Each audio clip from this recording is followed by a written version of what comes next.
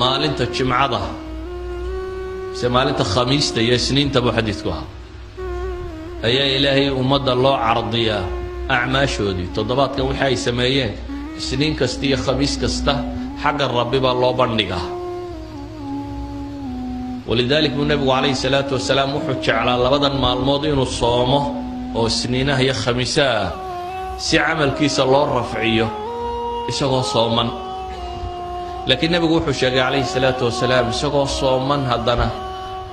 labada muslimiinta is haysta ee la kala fujin kari waayey haddii isniinta iyo khamiistii markaa camalkooda rabbi loo cardiyo loo bandhigo in ilaahay yidhaahdo labada arrinkooda dib u dhiga camalkoodao dhan celiya xataa yastalixa andiruu haadayni xataa yastalixa labadan ha la joojiyo ilaa intay ka heshiinayaan maxaad u malaynaysaa haddii acmaashaadii xataa saalix ahayd ee soonka iyo salaada